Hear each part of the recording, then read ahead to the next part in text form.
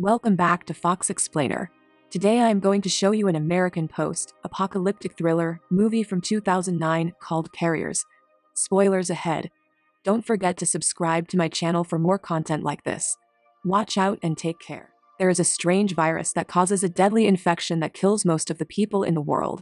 Brian and Danny are brothers, and Brian's girlfriend Bobby and Danny's friend Kate are also still alive. They are driving to Turtle Beach, which was the brothers' favorite place as kids, to get away from the epidemic.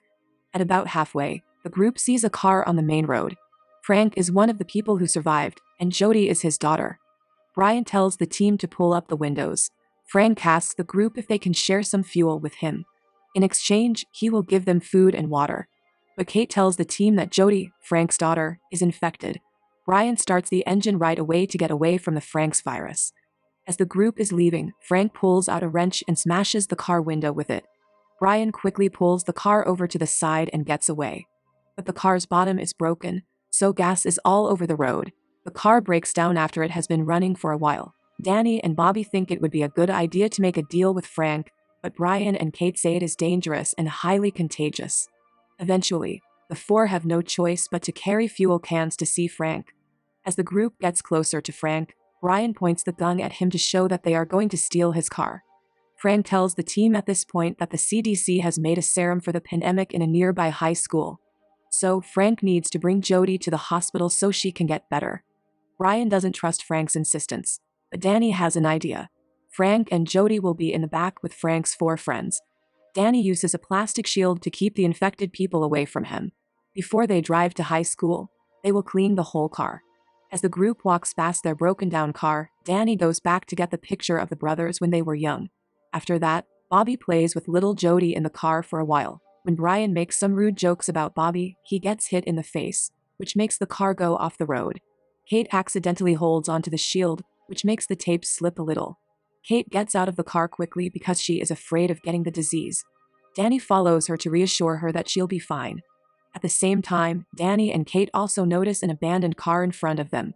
Danny and Brian decide to check on the car to see if they can get some fuel from it. When they open the car, they find the body of an infected man. Danny tries to get the car's keys. However, when he turns around, the man is still alive and weakly says something. Danny is scared and gets out of the car right away, while the man inside is still banging on the door to get help. The brothers quickly get away from the infected man. At night, the group stops and rests. Brian and Bobby sneak out to have fun, and Kate and Danny talk to Frank and Jody. Frank asks Danny why they go to Turtle Beach. Danny says that this place is their childhood home, which is far from other places. So, Brian and Danny think it is safe for them to hide until the epidemic is over. While relaxing by a fire, the group hears something on the main road. A tank is chasing a car, and then someone in the tank shoots a man. The group quickly puts out the fire and tries to get away from the strange men. The next morning, the team keeps going to the high school, passing the guy who was shot the night before and is now hanging from the Voltaire tree.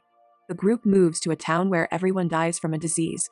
The infected bodies are packed into a trash truck. The group goes to high school, where they expect to have serum. Bobby offers to stay with Jody while the others break into the school and look for the serum. While checking, the three people see a child running to a room at the corner. Slowly, they follow the child until they see a doctor at work. At another door, Frank also enters.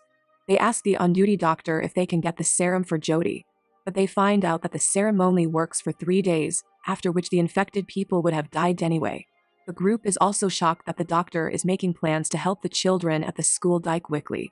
Frank begs the doctor to help Jody and the other sick kids in the camp, but the doctor says he has done everything he can to save lives. Sometimes they have to pick the death that will hurt them the least. Frank knows that the serum won't help his daughter get better. He let the doctor put the kids to sleep. The 4 kids then leave school. On the other hand, Bobby is having fun with Jody. The little girl has trouble breathing by accident, which causes her to pass out in the car. In an emergency, Bobby has to save Jody. She puts down the shield and goes to Jody. But when Bobby takes off Jody's mask so she can breathe normally, Jody throws up blood all over Bobby and the car. Bobby quickly retapes the shield and takes off her bloody coat when she sees the 4 getting out of school. Jody is on the floor when Frank gets in the car. While Frank is holding Jody, the girl insists on going to the bathroom. Frank tries to calm Jody down and tells her she can go to the bathroom by herself. Jody, on the other hand, is too weak to walk alone, so Frank has to go with her. Frank thanks Danny for being kind before he leaves. Then, Brian tells the others quickly to get in the car and leave Franks and Jody behind. They know that the father and daughter will soon die. Later that day, while Danny and Kate are cleaning the back seats, Bobby throws her bloody coat under the car without telling them, so they don't leave her behind. They go to a nearby hotel to sleep for another night. Brian finds that the hotel pool is dirty. He uses a stick to see what's under. As the stick gets stuck, Brian manages to pull it out and finds a dead body. He is afraid and almost falls into the water, but Danny is there to catch him. The group decides to play golf together after that. When Brian falls down and wants Bobby to hold his hand, she uses a golf club instead to keep Brian from getting sick. Brian tries to have fun with Bobby in the sand, but she is mad at him. At the golf course, everyone has so much fun. They threw the balls at the windows of the nearby wrecked building, not knowing that armed survivalists live there. Danny and Kate are in the lobby at night when they see lights by the door. When Danny and Kate realize it's not Brian's, they run to hide in the kitchen, taking a knife with them for protection. When a man with a gun walks in, he sees that a knife is missing. Danny and Kate get out of the kitchen by sneaking. Sadly, the two people are soon caught. While this is going on, Brian goes back to the hotel. He sees some guys with guns around the hotel and figures out that the hotel is safe. He tries to find out who they are by putting pressure on a guy. He soon finds out that Danny, Kate, and Bobby are scared of a group of men in protective clothes. Brian needs to give up.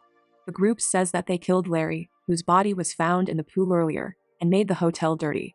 They make Bobby and Kate come with them by force. When the girls are told to take their clothes off, they find out that Bobby has an infection. The leader of the group lets them leave because he is afraid of getting sick. When Bobby tests positive for a virus the next day, things get tense for the four of them. In the end, Brian makes Bobby leave the group.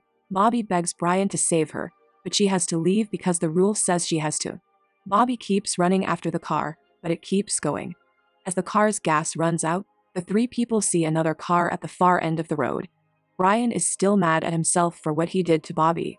Even though Danny and Kate tell him not to, he decides to stop that car.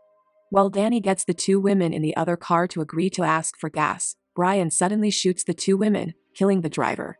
Danny is angry at what Brian just did and tries to stop him from shooting innocent people. Then Brian walks up and makes the woman who is still alive get out of the car. But that woman gets out and shoots at Brian's leg with a gun. Brian falls, but he still starts the fire and points it at her. Then, Brian hobbles to the car and tells Danny to get the gas. At this point, Danny loses control when he sees how Brian has brutally killed innocent people. The brothers fight with each other. Brian tells Danny that they have to save themselves at this point. If they don't kill the two women, they won't be able to go to Turtle Beach and will get sick. Danny can't do anything but accept what is true. The three people keep going. Since Brian is hurt, Kate is now the driver. Danny says that they should stop at an abandoned house nearby to look for medicine or first aid kits to help Brian because he is looking pale. Kate sees a broken window on the second floor as she and Danny look for a way to get into the house. Danny then sneaks in by climbing up. He sees a woman who has been infected die in a chair while still holding a gun. Danny takes the gun slowly from the woman to protect himself. When he goes into the bedroom, he sees an infected man's body being eaten by a wild dog. When Danny sees some pills on a nearby table, he moves slowly toward them so the dog will leave him alone, but he drops a jar by accident, which makes the dog mad. The dog then attacks him in a mean way. Danny needs to use his gun to kill it. The dog's blood is all over his shirt when he leaves the house. Danny tells them what took place. Danny finds out that Brian is also sick while he is treating Brian's wound. After that, Danny goes to see Kate to tell her the truth. Kate wants to leave Brian, but since Brian is Danny's brother, he can't. The three of them keep driving through the night, leaving Brian alone in the back seat. Brian makes Danny give him the car keys when they stop to rest so he can make sure Danny and Kate don't leave him. Danny slowly takes the gun and the car key from Brian as he gets weaker and starts to lose consciousness. The bad news is that Brian is awake when Kate and Danny leave. The two people run to the car and start it up. But Brian had already switched the real keys. After a moment, Brian opens the car's door from the outside. After that, Kate is left with no other option but to hand Danny the gun so that he can kill Brian. Danny makes an effort to bargain with his brother in order to obtain the keys.